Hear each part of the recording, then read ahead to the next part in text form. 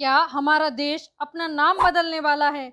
आखिर क्या है देश का वास्तविक नाम, इंडिया या भारत? आखिर अचानक से ये सारे सवाल कहाँ से आए?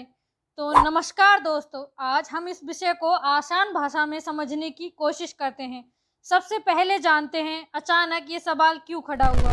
ये तो आप सभी जानते हैं कि इस बार G20 सम्मेलन हमारे देश में होने वाला है। ऐसे में देश के राष्ट्रपति की तरफ से एक ऑफिशियल डिनर का आमंत्रण पत्र जाता है, जो कि सोशल मीडिया पर लगातार वायरल हो रहा है। इसके वायरल होने का कारण इसी में छुपा है। गौर से देखिए, इस पर प्रेसिडेंट ऑफ भारत लिखा है। यह पहली बार है जब किसी औपचारिक पत्र में प्रेसिडेंट ऑफ इंडिया की जगह प्रेसिडेंट ऑफ भारत शब्द लिखा गया है। इस निमंत्रण पत्र के बाद 18 से 22 सितंबर को संसद के विशेष सत्र के प्रस्ताव ने इस डिबेट को और अधिक बढ़ा दिया। विपक्ष का दावा है कि वर्तमान सरकार देश का नाम बदलने की कोशिश कर रही है। अब सवाल यह है कि क्या ये मुद्दा पहली बार उठा है?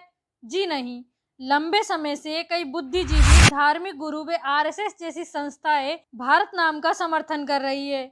यहाँ तक कि जून 2020 में तो सुप्रीम कोर्ट में एक PIL दायर हुई, जिसमें कहा गया इंडिया नाम ब्रिटिश दासता का प्रतीक है और देश का नाम भारत कर देना चाहिए। सुप्रीम कोर्ट ने इस PIL की सुनवाई करते हुए संविधान के अनुच्छेद 1 का हवाला दिया। अब आप सोच रहे होंगे कि आखिर अनुच्छेद 1 में ऐसा क्या है। अनुच्छेद 1 कहता है India that is Bharat is A union of state. Hindi में बोले तो इंडिया यानी भारत राज्यों का एक संघ है। इसका मतलब तो ये हुआ कि इंडिया और भारत दोनों एक ही देश के नाम है। लेकिन आखिर हमारे देश के संविधान में दो अलग अलग नाम क्यों हैं? आखिर ये नाम कैसे पड़े? आइए पहले बात करते हैं भारत नाम की। भारत नाम पुराणों से लिया गया है, यानी समुद्र के उत्तर में और हिमालय के दक्षिण में जो देश है उसे भारत कहते हैं और यहाँ के लोगों को भारतीय। ब्राह्मण व जैन धर्म भारत को चक्रवर्ती सम्राट भरत का साम्राज्य बनाते। भरत के नाम पर इस क्षेत्र का नाम भारत पड़ा। ये नाम लंबे समय तक इस क्षेत्र की पहचान बना रहा। जैसे महाभारत में भारत राजा हरिश्चंद्र के साथ भारतेंदु हरिश्चंद्र। ये तो हुई भारत शब्द की कहानी। आइए अब जानते हैं इंडिया शब्द की कहानी। भारत की ज्योग्राफिकल लोकेशन देखिए। यहाँ बात 1947 के पहले के भारत की हो रही है। भारत के उत्तर में एक नदी बहती है, सिंधु नदी। जब ग्रीक भारत आए तो उन्हें सिंधु नदी पार करनी पड़ती थी। ग्रीक से को है कहते थे, तो उन्होंने सिंधु को कहा हिंदू और हिंदू का स्थान बना हिंदुस्तान। अब सबसे बड़ा सवाल, हिंदुस्तान से इंडिया कैसे बना? 18वीं सदी में जब पश्चिम विश्व के देश नए मार्गों व क्षेत्रों की खोज कर रहे थे, तब मानचित्र इन खोजों का आधार था। ब्रिटिशों ने रोमन व ईरानी स्रोतों से इस क्षेत्र के बारे में सुन रखा था। उन्होंने रोमन ईरानी सभ्यता के आधार पर सिंधु नदी को ही आधार माना। अंग्रेजी में सिंधु को इंडस कहते हैं, तो इंडस से बना दिया इंडिया।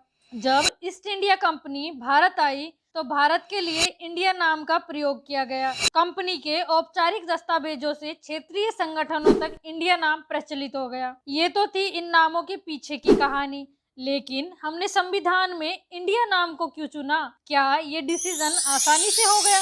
ये बात है 17 सितंबर 1949 की। देश के नाम को लेकर संविधान सभा में बहस हुई। कुछ लोग इंडिया के पक्षधर थे, तो वहीं कुछ लोग भारत नाम को अपनाने पर अड़े हुए थे। इस बहस में हरगोविंद पंत ने तो यह तक कह दिया, इंडिया नाम को अपनाना ये दिखाएगा कि हम अपने शोषण पर शर्मिंदा नहीं हैं, बल्कि उस नाम को लेकर खुश है जो हम पर थोपा गया है। लंबी बहस के बाद संविधान सभा ने मिडिल पथ निकाला और पहले अनुच्छेद में लिखा इंडिया दैट इज भारत। इसका मतलब इंडिया अंग्रेजी व भारत इसका हिंदी रूपांतरण बन गया। जैसे Indian railways, Indian civil services को हिंदी में भारतीय रेल व भारतीय प्रशासनिक सेवा कहा जाने लगा। ऐसे में प्रेसिडेंट ऑफ इंडिया और प्रेसिडेंट ऑफ भारत दोनों एक ही बात है। और रही बात नाम बदलने की, भारत एकमात्र ऐसा देश नहीं है। इससे पहले सिलोन से श्रीलंका, बर्मा से म्यांमार, स्वाजीलैंड से स्थानीय कई देशों ने अपने नाम बदले हैं, लेकिन भारत में अभी तक ऐसे बड़े परिवर्तनों की कोई ऑफिशियल घोषणा नहीं हुई है। अंत में आप कमेंट सेक्शन में बताइए आपको कौन सा नाम ज्यादा अच्छा लगता है, इंडिया या Bharat. Thanks for watching, please subscribe my channel.